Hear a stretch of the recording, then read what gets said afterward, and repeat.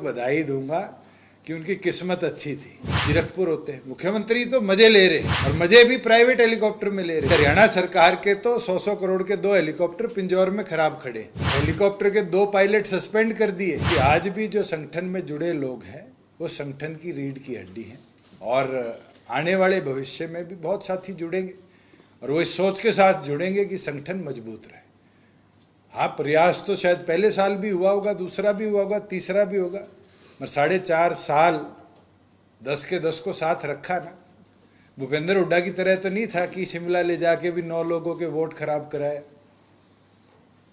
दुष्यंत जी, जो IDFC bank का पूरा मामला है, आप भी सरकार में रहे, उस टाइम जो एफडी थी, सरकार का पैसा प्राइवेट बैंक को देने को लेकर क्या गाइडलाइन थी, उस बारे में कुछ बताएंगे? देखो, मेरे को जितना याद है, जब टीवीएसएन प्रसाद फाइनेंस सेक्रेटरी थे उस समय ये मामला आया था।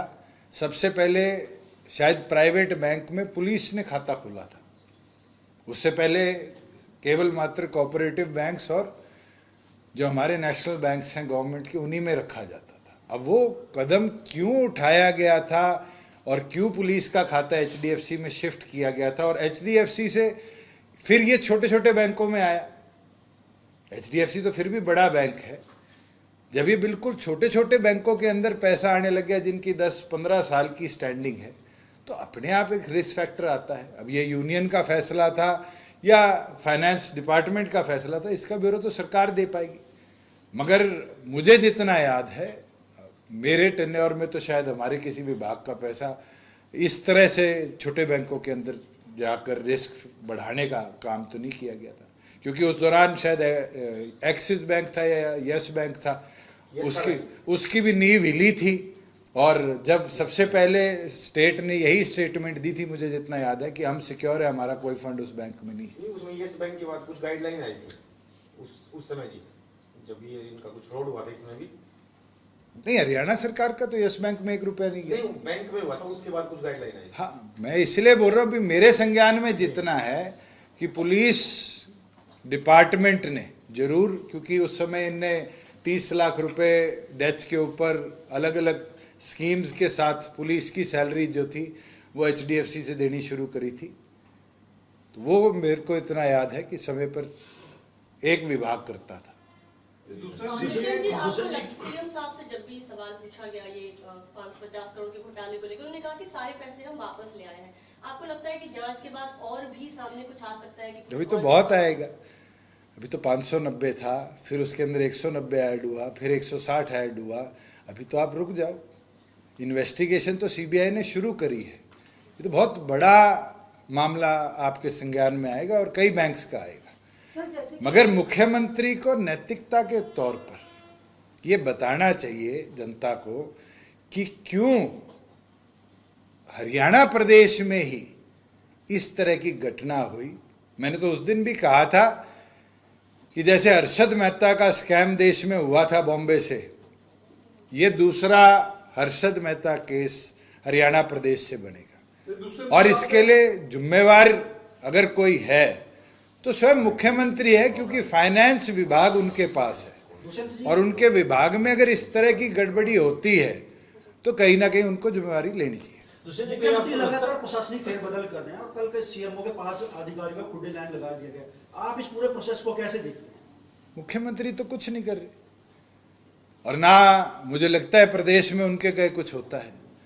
मुख्यमंत्री तो मस्त है पंजाब जाने में, एक रैली महम करते हैं, शाम को लुधियाना होते हैं, सुबह बल्लभगढ़ जाते हैं, शाम को जलंधर होते हैं, अगले दिन सोना आते हैं, शाम को जीरकपुर होते हैं। मुख्यमंत्री तो मजे ले रहे हैं और मजे भी प्राइवेट हेलीकॉप्टर में ले रहे हैं, ये भी बता दो, क्योंकि हरियाणा सरकार के तो 100-100 करोड़ के 2 हेलीकॉप्टर पिंजौर में खराब खड़े।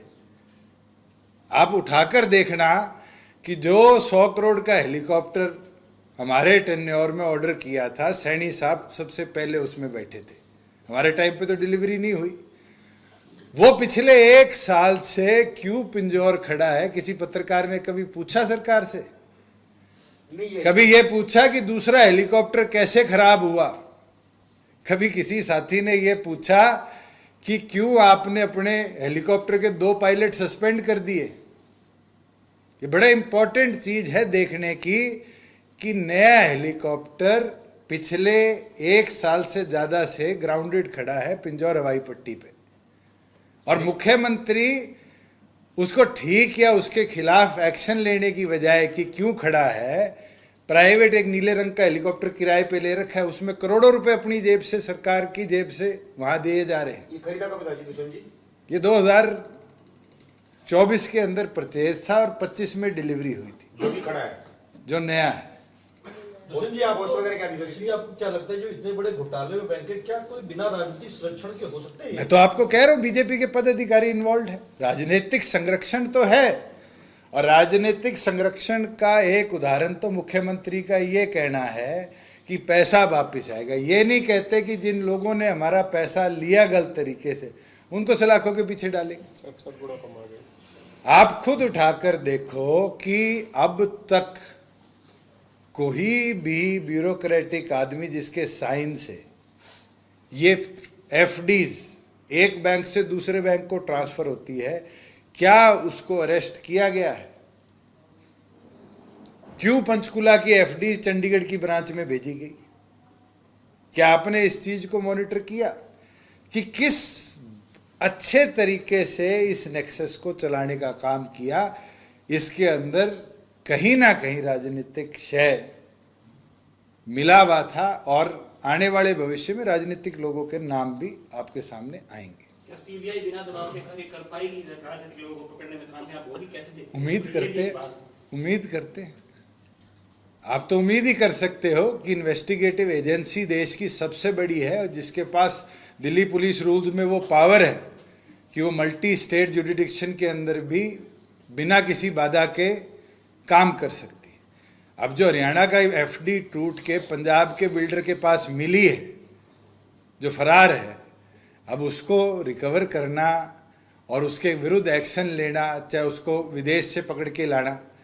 कोई बताया पंचकुला का सारा पैसा एक सन्नी गर्ग ले गया और दुबई बैठा है, सुनने में आ रहा है। अब वो सन्नी गर्ग कौन है, किसका रिश्तेदार है, कैसे उसके खातों में पैसा ट्रांसफ़र हुआ, कैसा पंचकुला का सारा पैसा वहाँ भेजा गया, ये तो बहुत इंपॉर्टेंट चीज़ है देखने की। मैं तो चुनिंदा पहलू बता रहा हूँ जो आप जैसे पत्रकार साथियों के, अखबार के, टीवी के इनपुट से आए हैं। वो वाधवा को जो गिरफ्तार किया गया था, तारीख पे आया तो लगातार फोन पे बात कर रहा था बाहर खड़ा होकर पुलिस के सामने ही। अब आप खुद देखिए कि क्या उन लोगों को पूरी व्यवस्था और पूरा शय देने का काम सरकार आज भी कर रही है, नहीं कर रही? दूसरी चीज, नगर निगम चुनाव होने हैं, 3 जिलों में चुनाव होने, इस पे अभी सरकार का जो कोर्ट का फैसला है, इस पे आपकी प्रतिक्रिया देखो। देखो, मैं ये बोलता हूँ कि कोर्ट्स जिस तरह की इंटरवेंशन करते, सरकार को उसके बाद फैसले लेने पड़ते।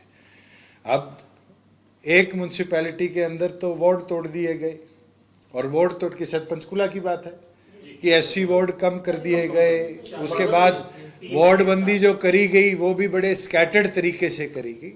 हम धन्यवाद करते हैं कि कोर्ट ने उसका संज्ञान लिया, और उम्मीद करते हैं कि डिप्टी कमिश्नर तुरंत प्रभाव से उस पर काम करके नई लिमिटेशंस जो बाउंड्रीज बननी है वार्ड्स की उसको करेंगे, और दोबारा एससी वार्ड्स की संख्या 4 करने का काम करेंगे कि हमारे जो एससी भाई बहन हैं उनको पर्याप्त मात्रा में रिजर्वेशन हम म्यूनसिपल कॉरपोरेशन पे दे पाएँ।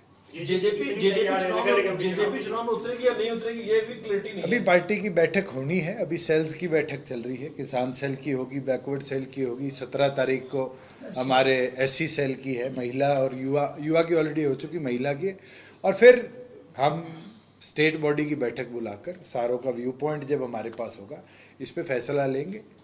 दुष्यंत जी, सरकार है जो SYL का निर्माण करने जा रही है, और सरकार का दावा है कि इससे दक्षिण हरियाणा और दिल्ली की प्यास बुझेगी, लेकिन मसला है कि पानी कहाँ से आएगा? अरे मैं आपका धन्यवाद करता हूँ, आपने SYL का नाम ले लिया। सैनी साहब से पूछो तो सही, 6 महीने में 3 महीने पंजाब में लगाया है और एक बार भी SYL पे बात नहीं करके आए।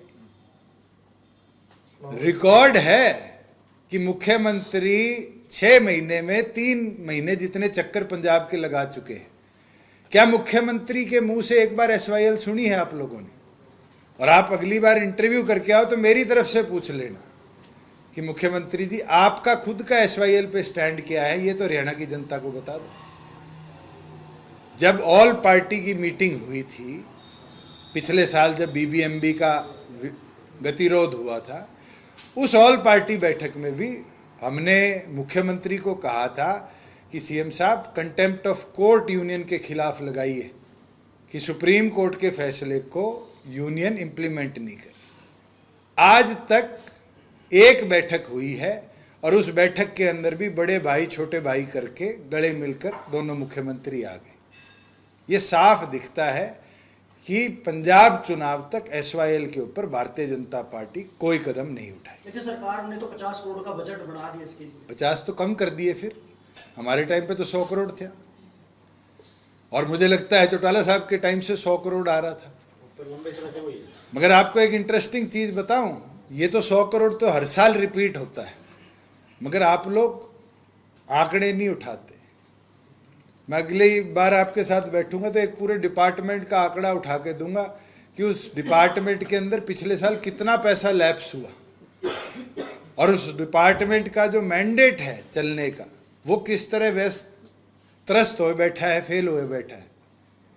तो ये पैसा तो 50-100 करोड़ की बात नहीं। अगर नियत हो केंद्र सरकार की तो रातों रात पैरामिलिट्री भेजकर सुप्रीम कोर्ट के आदेश अनुसार एसवाईएल का निर्माण हो सकता है, पर ना केंद्र की नियत है ना प्रदेश की। कांग्रेस के 2 विधायक लगातार बगावत करे हुए हैं, वो लगातार सीएम से मुलाकात करें, आप इसको कैसे देखते हैं? 2 क्यों बोल रहे हैं आप? 5 बोलिए। नहीं, 2 ही हैं फिलहाल तो। अगर झंडा कांग्रेस के अध्यक्ष ने और कांग्रेस के प्रभारी ने और कांग्रेस के नेता प्रतिपक्ष ने ही फहरा दिया कि ये 5 बागी हैं, तो मुझे लगता है 5 के बारे में चर्चा करनी चाहिए। मैं तो उन 5 को कहता हूं, कांग्रेस में दम घुट रहा था तो हमारे साथ आओ, हमारी ताकत बढ़ाओ। चर्चा लो पे नहीं होनी चाहिए, जो 4 वोट रिजेक्ट हुई थी उन पे भी चर्चा होनी चाहिए। वो नाम तो सिर्फ हुड्डा जी और हरिप्रसाद जी जानते हैं। और एक बीजेपी की भी वोट खराब हुई थी, उसका जिक्र कोई नहीं कर रहा। अगर वो वोट सही गिर जाती तो चुनाव जीत जाता निर्दलीय उम्मीदवार, उसके बारे में अभी तक किसी ने कोई मैं तो बोध जी को बधाई दूंगा कि उनकी किस्मत अच्छी थी। आर.के. आनंद और अजय माकन जैसी किस्मत नहीं थी। आपको याद होगा कि पिछले 4 राज्यसभा चुनाव में एक ही कांग्रेसी जीता है और उसका नाम दीपेंद्र हुड्डा है, क्योंकि उस समय सेटिंग थी और बीजेपी ने तीसरा उम्मीदवार नहीं किया था। दुष्यंत जी, इसमें इन लोगों ने पार्टिसिपेट नहीं किया, उसको किस तरह देखते हैं आप? मैं तो कहता है वो नॉन सीरियस पॉलिटिशियंस है। आज से 5 साल पहले का इंटरव्यू उठा लो, आज उठा लो, आपके वोट की ताकत है। आपने वो ताकत ही छोड़ दी तो आप पॉलिटिक्स में सीरियस कहाँ हैं? राजनीति के अंदर तो शय और मात है, किसी की ताकत बढ़ेगी दूसरा कमजोर होगा। घर बैठने से दोनों की लड़ाई का तमाशा देखना, ये तो कोई पॉलिटिक्स नहीं। उसमें दिया था अगर वो बट बीजेपी बाद को में सर, करते जब हैं। इलेक्शन के बाद अभय चौटाला जी ने कहा कि अगर पता होता हुड्डा जी को पता था 4 से पहले भी कि कुछ वोट क्रॉस हुए हैं तो हमें बता देते, शायद हम कांग्रेस को ही वोट करते, हम साथ दे देते। तो अगर इतनी नियत कांग्रेस को वोट देने की थी, पहले क्यों नहीं दे के आए? अगर बीजेपी को हराना था तो एब्सटेन करने का उद्देश्य क्या था? फिर तो कांग्रेस की मदद करनी थी तो फैसला लेते, मगर वो फैसला लेने लायक लोग नहीं है, इसलिए तो मैं उनको नॉन सीरियस पॉलिटिशियंस बोलता हूँ। लेकिन अभय चौटाला के लगातार दावा कर रहे हैं सीएम बनने का। अजय जी का बयान एक आया था कि खट्टर साहब ने उनको भी ऑफर दिया था। राजनीति के अंदर कौन किससे चर्चा करता है, आगे वो चर्चा का क्या निष्कर्ष निकलता है, मुझे नहीं लगता मुझे प्रेस कॉन्फ्रेंसेज में बोलना है।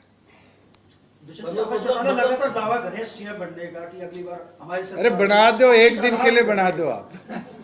पहले एमएलए बनना पड़ता है। आज मैं कह दूं मैं बन जाऊंगा, मैं एमएलए नहीं हूं, कैसे बन जाऊंगा? ना मेरे पास आंकड़े हैं। पिछले 2005 से आज 26 आ गया, 21 साल में इनेलो का मुख्यमंत्री नहीं बन पाया क्योंकि नंबर नहीं थे। हर रोज ये कहना मैं बन जाऊंगा, मैं बन जाऊंगा, मैं बन जाऊंगा, इससे कोई बनता तो नहीं। फिर तो रात को आप भी सपने लो मैं राष्ट्रपति बन के सोऊंगा। सपने सारे ले सकते हैं, सपने पूरे किसके होते हैं? ये तो जनता के हाथ में कि वो क्या मैंडेट देती है। ठीक है, थैंक यू। चौटाला जी, ये तो रही राजनीतिक सभी विश्लेषण आपने की, अपनी बात रखी। अभी SIR सर्वे हो गया, सभी BLOs को किट दे दी गई है आज। तो जैसे विभिन्न राज्यों में आरोप लगते रहे हैं गणना के, वोट कटने के, जुड़ने के, आपका इस विषय पे क्या कहना है? देखो, SIR एक गंभीर विषय है। हमारी पार्टी भी BLO 1 बना चुकी है, जो बूथ एजेंट हल्के लेवल पर होते हैं।